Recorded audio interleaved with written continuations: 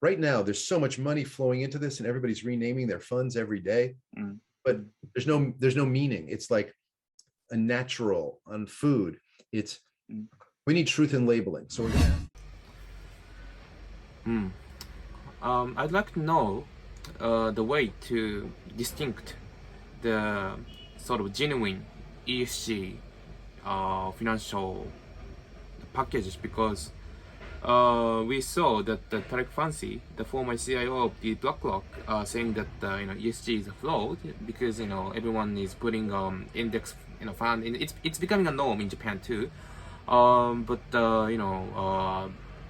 in the basket, you might have toxic or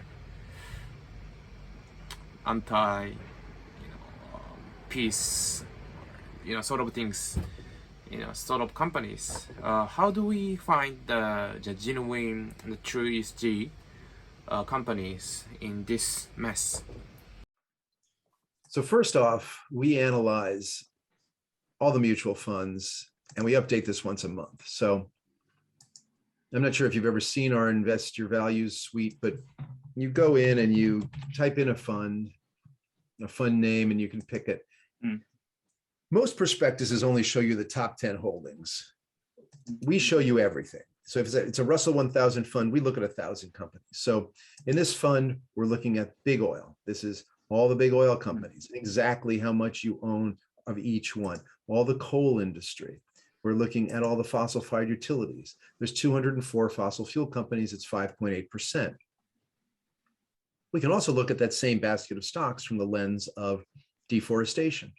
So now we're looking at palm oil, paper pulp, rubber, timber, cattle, soy, all the companies that are burning down the Amazon and Indonesian rainforest, all the banks who fund them, JP Morgan, Bank of America, and all the consumer brands, because Pepsi, if they're going to use palm oil in their potato chips, they're creating demand. But let's look at other things. And we have an analysis of every company in there, what they do, where they do it, how they do it. It's all linked to all kinds of stuff. But let's look at the prison industrial complex. So this is, do I own private prisons? Do I own the manifestation of racist policy? So in this case, you do. You own both CoreCivic, the world's largest private prison company, and Geo Group, which is the second largest. But it's no surprise, because if you aggregate this up for a fund family and you look at Vanguard, every Vanguard fund is just full of private prisons. And did I do this right? This is, yeah. So I was looking at 116 funds here. So we do an analysis of all the funds. We let you sort them by financial performance. We let you filter them. So only looking at diversified, and only funds that get a B on fossil fuels and get a, don't know, whatever you want, a C on private prisons. And then we look at all the different scores and we compare them side by side. So we're doing this. There are a lot of funds that get straight A's. But there's also, just so you know, there's a lot of misleading information. I'm going to show you what I mean.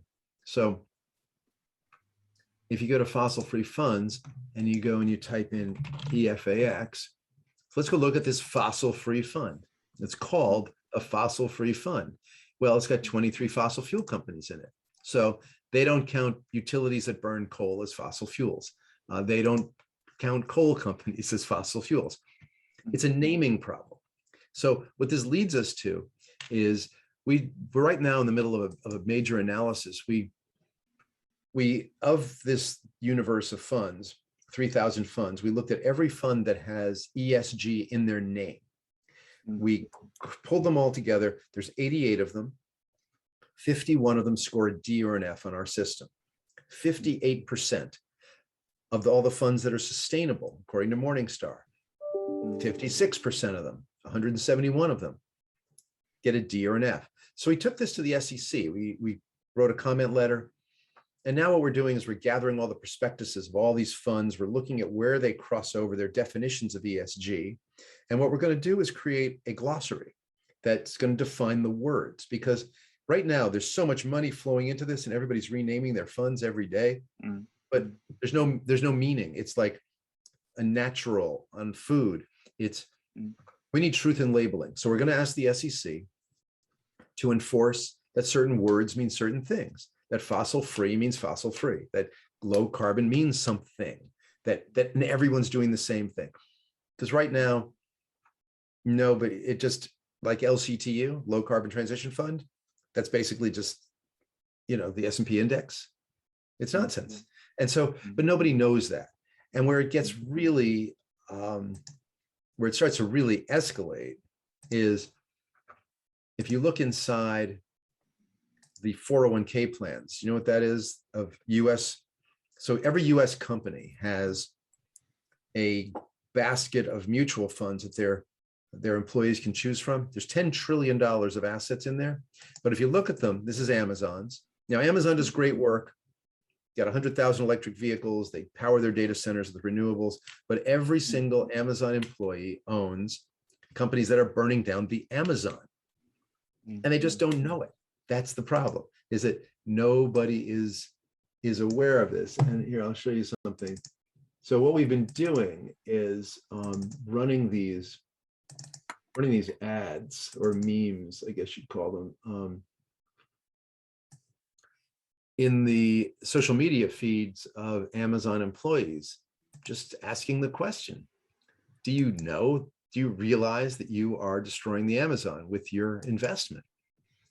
And what we're getting back is people going, I have no idea what you're talking about.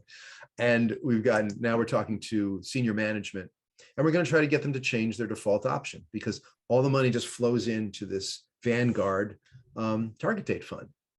And when we interview all these Amazon employees, they all say, no, we don't want to do that. We don't want to kill the Amazon rainforest. And in fact, Amazon just invested, they just gave a huge grant to NGOs that are replanting the very same land that the companies that their employees own burned down. So you just go like, it's the cognitive dissonance is really quite resounding. Anyway, so we're working on just shining a bright light on this, because nobody has a clue what's going on.